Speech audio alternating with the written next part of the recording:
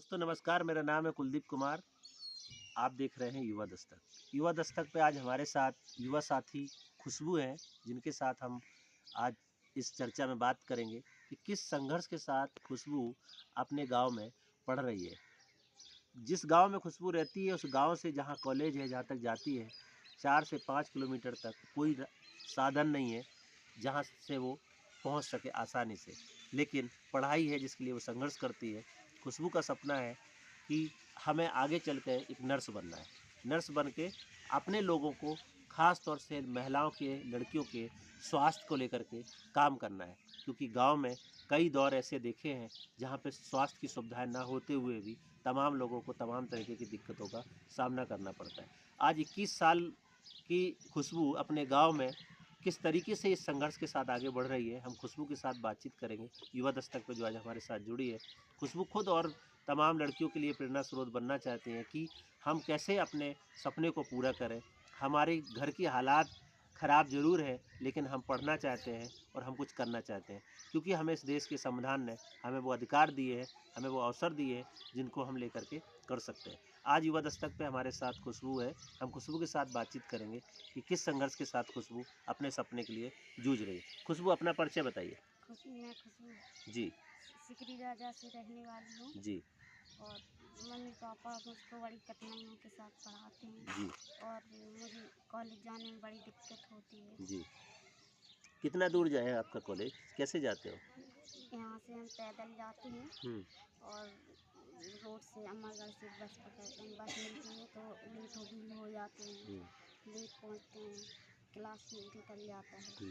तो कितना दूर आप पैदल चलते हैं, यहाँ से कितने दूर जाते हैं और कौन कौन आपके साथ जाता है? 2-3 किलोमीटर सर हम अकेले जाते हैं। अकेले जाते हैं। जी। तो जब एक लड़की अकेले इतने दूर पैदल जाती है, कई तरीके की चुनौतियाँ होती हैं, लोग सवाल करते हैं। आपके साथ भी कोई ऐसे दिक्कतें, चुनौतियाँ कभी आपने झेली? जी सर, मोहल्ले में कई लोग बातें करते हैं, आपकी लड़की अकेले जाती है और इतनी दूर पढ़ाते हो, आप घर क्यों नहीं बैठा लेते। अच्छा। जी सर।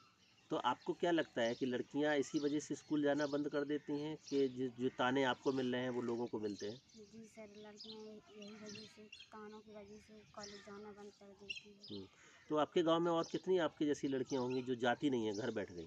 सर बहुत सारी लड़कियां हैं जो घर बैठ गई हैं। उनको पढ़ना तो चाहिए, पर वो पढ़ना भी चाहती है, पर उन्हें उन्हें पढ़ना नहीं चाहती। अच्छा, लोग पढ़ाना नहीं जी चाहते। सर। क्यों, डर है? उन्हें डर है किस बात का? सर, कुछ उनकी परेशानियां हैं, हम्म। कुछ लोग ताने कहते हैं, हम्म। इसीलिए वो पढ़ नहीं पा रहे हैं। हम्म।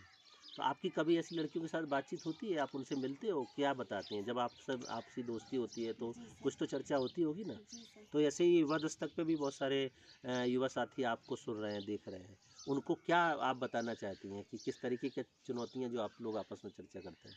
मोहल्ले के बहुत सारे लोग बातें करते हैं, लड़कियों को चूल्हा चौका ही करना है, उन्हें पढ़ाना नहीं चाहिए, बस इतना ही घर बैठा लो, शादी कर दो, और बहुत सारी बातें कहते हैं। तो जब आप ये सब बातें सुनते हैं तो आपको कैसा लगता है? आप क्या उनको बताना चाहते हैं? सर हम ये बताना चाहते हैं कि लड़कियों को पढ़ना चाहिए। पढ़ना क्यों नहीं चाहिए?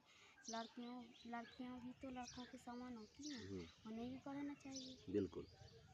तो खुशबू बता रही लड़कियां भी तो लड़कों के समान होती है, उनको भी पढ़ना चाहिए। चुनौतियां आती हैं, हम भी सवाल सुनते हैं, तो खुशबू भी के साथ भी सवाल होते हैं। तो खुशबू, जब आप पढ़ते हैं, आप आगे जाते हैं, तो आपके घर वालों को लोग कुछ ताने देते हैं कि आप क्यों इस तरीके से अपने बच्चे को जी पढ़ाते सर, हैं? क्या? बहुत से लोग कहते हैं आप अपनी लड़की को घर बैठा ले, क्यों पढ़ाते हैं? उन्हें तो चूल्हा चौका ही करना है, और इतनी पढ़ाई हाई स्कूल कर लिया, बस बहुत हो गया।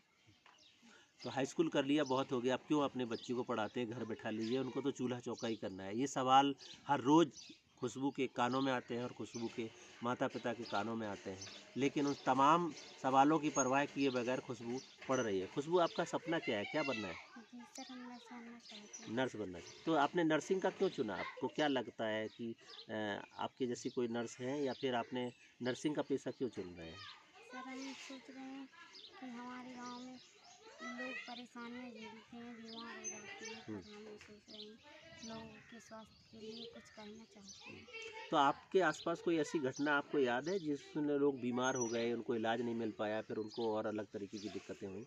जी सर पैसों की वजह से लोग ज़्यादा बीमारी हो जाती है, पैसों की वजह से लोग नहीं करा पाते इलाज, उतना ही करा पाते जितने उनके पास पैसे होते हैं। जी। तो ख़ास तौर से लड़कियों को किस तरीके की स्वास्थ्य की दिक्कतें आती हैं? कभी यहाँ से कितना दूर अस्पताल है, कैसे जाते हैं? यहाँ गांव में अस्पताल है? नहीं सर। गांव में अस्पताल ही नहीं है, नहीं। इसलिए आप गांव में नर्सिंग बन के कुछ करना चाहते जी हैं। सर। तो खुशबू का कहना है कि उसके गांव में कोई अस्पताल नहीं है और लड़कियों की, महिलाओं के लिए बहुत सारी स्वास्थ्य की दिक्कतें आती हैं। हम उनमें मददगार बनना चाहते हैं, इसलिए मैं नर्स बनना चाहती हूँ। खुशबू, आप जब ये सोचते हैं, ये काम करते हैं, तो आपको किस तरीके के चैलेंजेस आते हैं? और आप चूँकि दलित समुदाय से आते हैं, तो छुआछूत भेदभाव के किस तरीके का माहौल है कि आपके साथ भी कभी ऐसा भेदभाव हुआ है? जी सर। क्या? सर संविधान जी। संविधान में लोग छुआछूत मानते हैं हुँ। और पास में बैठने नहीं देते, हुँ, पानी भी अपना अलग से, हुँ, कहीं कॉलेज जाओ तो अलग से हुँ, दूर बैठ जाते हैं। हुँ, सर बहुत सारी बातें हैं। हुँ। तो संविधान ने तो बराबरी का चीज़ दिया। आपने संविधान जी। के बारे में सुना है? क्या है जी सर। संविधान? क्या जानते हैं संविधान के बारे में? संविधान में सब लोगों को साथ रहना सिखाया और संविधान बराबरी का में अधिकार दिया। बराबरी का अधिकार। लेकिन आपके गाँव में सबको बराबरी का अधिकार मिला है? नहीं सर। तो आप क्या करेंगे? आप सबको बराबरी का अधिकार दिलाना जी है या सर। फिर जैसा चल रहा है वैसे ही चलते रहना? नहीं सर, बराबरी का अधिकार दिलाना है। हुँ। तो युवा दस्तक पे खुशबू आप बता रही है कि संविधान बराबरी की बात करता है और हमें भी सबको बराबरी का अधिकार दिलाना है। इसके लिए हम काम करते हैं, हम सोचते हैं, काम करना चाहते हैं। खुशबू, आपसे आखिरी सवाल ये है कि युवा दस्तक पे बहुत सारी लड़कियां आपको देख रहे हैं, उनको आप क्या कहना चाहेंगे कि वो क्या करें अपनी ज़िंदगी में? वो भी अपनी ज़िंदगी में आगे बढ़ें, आप पढ़े लिख कर कुछ करना चाहती हैं, हुँ। करें, ऐसे यूं ही घर नहीं बैठ जाएं। तो खुशबू का एक ही बात कहना है कि यूं ही घर नहीं बैठना है, अपनी ज़िंदगी में पढ़ाई लिखाई करें, आगे बढ़ें।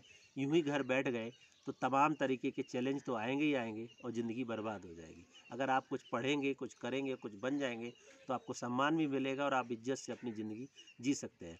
आज युवा दस्तक पे हमारे साथ खुशबू ने बातचीत किया, चर्चा किया। हमारी ओर से खुशबू को शुभकामनाएं कि वो ज़रूर अपने सपने को पूरा करें और नर्स बन के इस समाज की सेवा करें।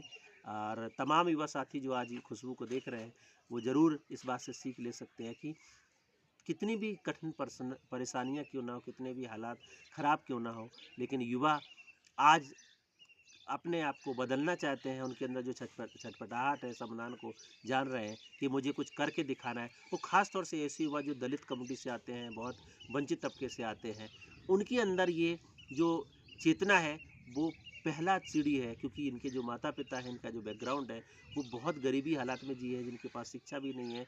अशिक्षा के माहौल में पड़े बड़े, तमाम आर्थिक संसाधनों के अभाव में जिए ऐसे बच्चे जो आज कुछ करना चाहते हैं, जिनको संविधान ताकत देता है। और युवा दस्तक ऐसे ही आवाज़ युवाओं के साथ खड़ा होता है और उनकी आवाज़ को बुलंद करता है।